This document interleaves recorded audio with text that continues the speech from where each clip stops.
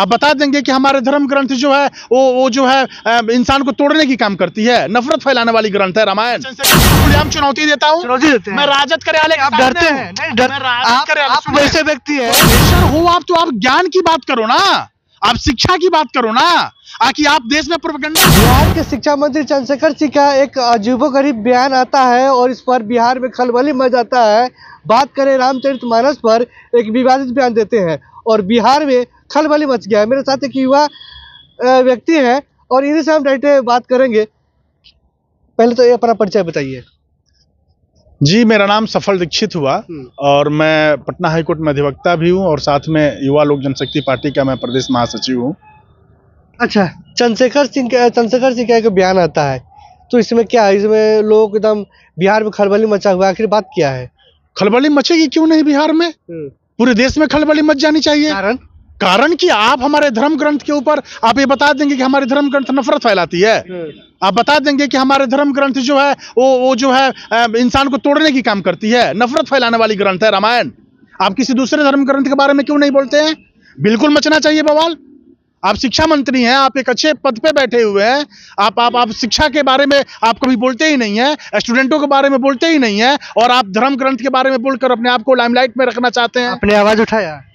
मैं आवाज क्या उठाऊं? मैं तो इस भ्रष्ट सरकार में क्या आवाज? आप डरते होंगे, तो हो सकता है कि आप डरते होंगे। मैं किससे? चंद्रशेखर जी से। तो? मैं चंद्रशेखर जी को खुलेआम चुनौती देता हूँ। चुनौती देते हैं? मैं राजद कार्यालय। आप डरते हैं? नहीं डर, आप वैसे व्यक्ति हैं जो केवल कैमरे के सामने बोलिएगा लेकिन सामने हकीकत पर नहीं कीजिएगा। आप डरते होंगे। सुनिए, मैं राजद कार्यालय के सामने खड़ा हूँ, चंद्रशेखर जी को बुलाइए। अगर चंद्रशेखर जी प्रोफेसर हैं तो मैं भी एक वकील हूं और मैं उनके सामने खड़े होकर डिबेट करूंगा। अगर वो शुद्ध तरीके से रामायण की जो दोहा है जो तुलसीदास जी ने लिखा है आरण्य कांड में, उसका सही विवेचना कर देंगे, सही दोहा को पढ़ देंगे तो वो जो कहेंगे सो। अगर उसमें लिखा गया होगा कि पढ़ने वाले लोग जो पढ़कर ज्ञानी हो जाते हैं वो ज्ञानी नहीं माने जाएंगे, हमारे श्लोक में ऐसा कुछ बताया गया होगा। कौन ऐसा बयान था इस पर जिसमें घमासान मचा हुआ है?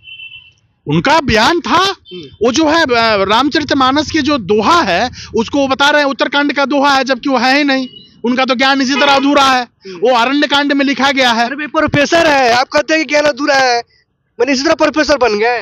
आप कैसे कह दीजिए ज्ञान अधूरा है? प्रोफेसर तो जेएनयू वाले भी हैं कुछ जो राष्ट्रद्रोही हैं। प्रोफेसर तो वो भी होते हैं जो कि हमारे देश के युवाओं को मोटिवेट। कन्हैया को टारगेट कर रहे हैं? कन्हैया को तो नहीं टारगेट कर रहे हैं। नहीं, कन्हैया को क्या टारगेट करेंगे? जेएनयू का मतलब कन्हैया का मतलब हो सकता है। जेएनयू का मतलब कन्हैया ही नहीं होता है। प्रोफेसर है, आप किसी प्रोफेसर के बारे में ऐसे कुछ बोल दीजिएगा, बिल्कुल बोल देंगे। आप कोई जनता सुन लेगा।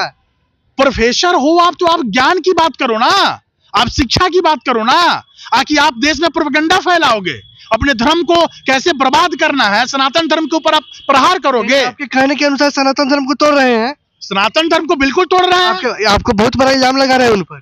प्रोफेसर पर ऐसे इल्जाम लगा रहे हैं? इल्जाम नहीं, ये सत्य बात है।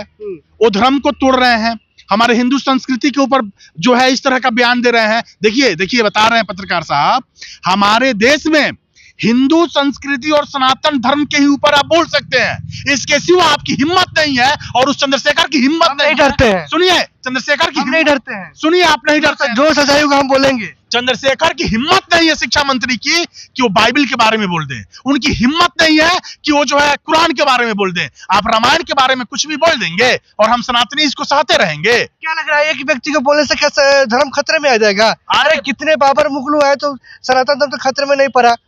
देखिए, सनातन धर्म की नींव इतनी मजबूत है कि ऐसे ऐसे कितने भी जो है ना, क्या बोले हम इसको, प्रोफेसर तो बोलने में भी शर्म आती है, ऐसे कितने हमारे देश में आएंगे और वो अपने लाइमलाइट में होने के लिए हमारे ऊपर बयान देंगे। सनातन को इससे कोई फर्क नहीं पड़ेगा, लेकिन हाँ, हमारे देश के लोगों को इससे फर्क पड़ती है।